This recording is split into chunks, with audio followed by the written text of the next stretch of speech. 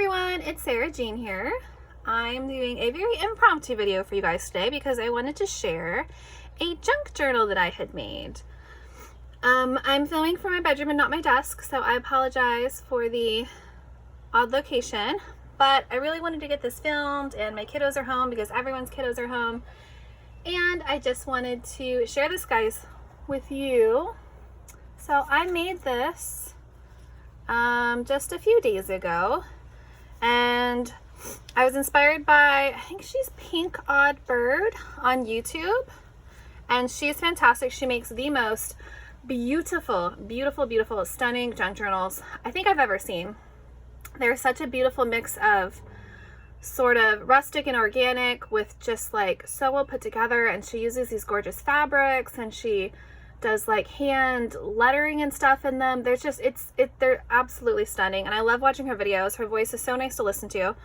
And she had a challenge in March of this year, 2020, and that was to make a junk journal out of actual junk, so out of scraps, trash you've collected. And I think the challenge started out as in, let's see, I think March you're supposed to collect all this stuff, and they started building them in April, and she's got, I think, maybe an 8-video series, which is so fun to watch. And it was so different from what she normally does because, like I said, normally her journals are just these stunning pieces of art, and the junk journal she made was stunning in such a different way, and it seemed like she was really flexing her muscles and encouraging others to flex their muscles in a different way. Anyways, long story short, I got super inspired because I have made a few junk journals in my time, but the pages and the signatures had always been filled with mostly scrapbook paper. So this is actually just filled with either scraps from my scrap bin from other crafts, or literally I pulled it out of our little recycling bins all around the house. And that was so much fun to do. And anyways, I'll get into it. This is what I made. The cover, as you can see, has a window, which is why I chose it. This was a Capanelli pasta box that I had in my cupboard, and I chose it because it had the little cutout window, and I thought that would be really cool, so I just put a little book picture of Alice in here. And it's a big one. I believe it measures about 5 by 7, but then the spine is, I think, 2 inches, which is huge, which I've never done before.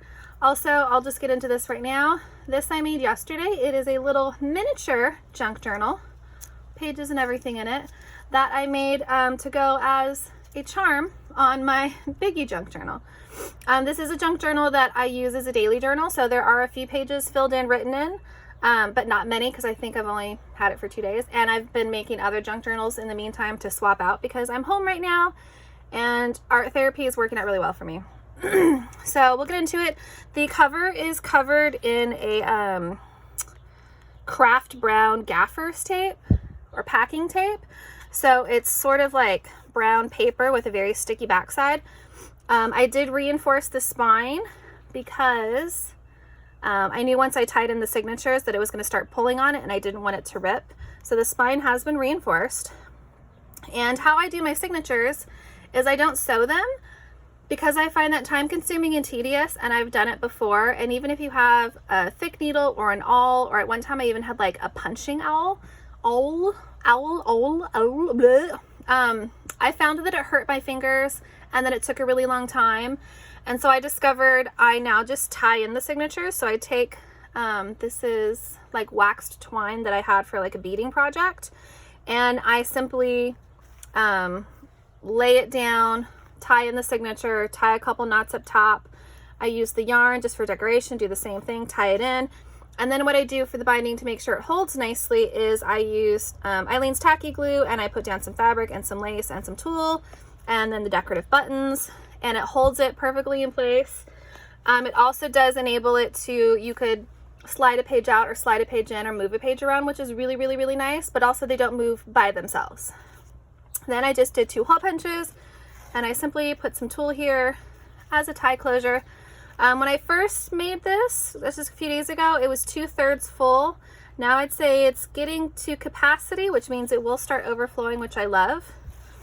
So I do suggest if you are making a junk journal, don't fill it up all the way to start, because once you start adding stuff in, it's going to get full very quick. So inside cover, I haven't really done much to. I've left it sort of the craft. I did build this pocket right here, just accordion style on each side. Put this envelope up front. It's got a little tiny notebook in it that I did not make. I got this from Sticky Club, which is a sticker subscription I got every month. And I'm just writing down ideas as I see them online for things I want to do in my own junk journal. Oh, let's make sure I'm in frame. Okay, so this is it. Just flip through some of the first pages. All of the pages are pulled from the bin. So these were magazine pages from, what was it called? It was like a catalog, and it had all of these online guides and like DVD guides to learn all kinds of different things. And some of them were really expensive. Like this was originally like $385. And it was a big magazine. It was probably like 16 by 16. So I took out the pages, folded them in half, cut them into twos, used those as pages, and then I went through and I embellished things. So any of the pages that were trash pages, like this was a shipping label that I had, stuck it down. I stuck some other things down with just like a little dot of glue. And then I ran a lot of these through my sewing machine just so that they were really tacked down nicely. And then because I also loved this sort of like messy look of having the threads there, I just thought it added character. I love that it added all these little strings at the ends and at the top. I just like how it looks. I think it's lots of fun.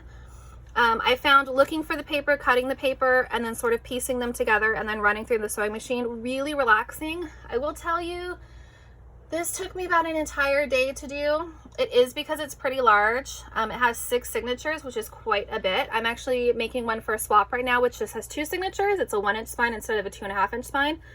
So it's a bit more manageable, but super fun, super relaxing, and anyone can do it. I didn't have anything special, and I just took like note cards that I had.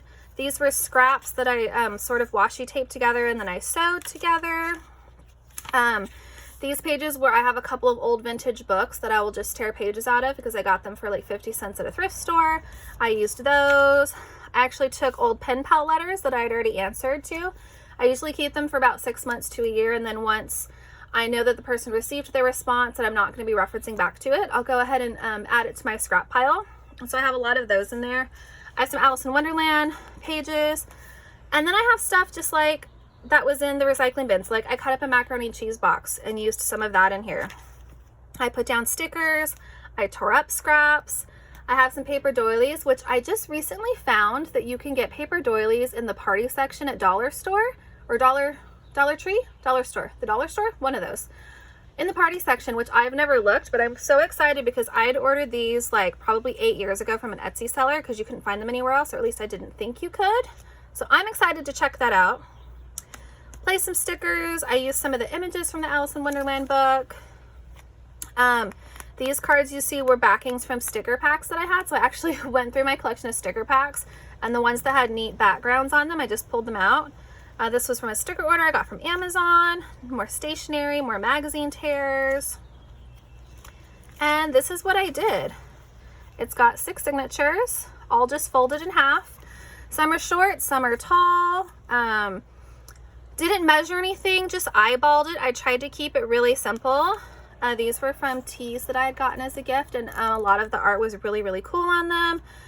These were from a field note set that had ships.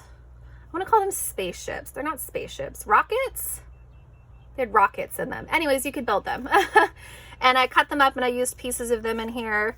I did put some fabric tabs just because it was fun and tactile and I liked it. More stickers, more washi, more sewing. And I didn't really measure anything. The point of this was to make it imperfect on purpose. I painted a tag and put some of the pieces in there. Because I felt that a lot of the times, I know I have the issue with like a blank journal or something that is really pretty and precious. I don't want to mess it up. I don't want to mess it up. I don't want to mess it up. And then you end up not using it. And so the purpose of this was to intentionally make it perfectly imperfect or imperfectly perfect. Nothing's measured. A lot of it's ripped. A lot of it's just like zip, zip, zip, zip, zip, zips through. There's no rhyme and reason for the placement of anything. I've just flipped a page and glued it down. And I don't think too much about it. And then I can just go through and write. And if it's a page that doesn't have a writing spot, I can glue down like I did in the front some paper and put some watercolor on it to make it pretty. And then I've got a writing spot. And it's just layers and layers of goodness. And every little piece has some sort of memory as to why I chose it or what it was from or the reason behind it. And I'm not nervous to work in it because it's not perfect and I know I'm not ruining anything. And so I'm enjoying it and I wanted to share it. See a lot of beautiful junk journals, and I wish I saw more videos of people working in them or like flipping through them once they were complete, because I think they're so fun.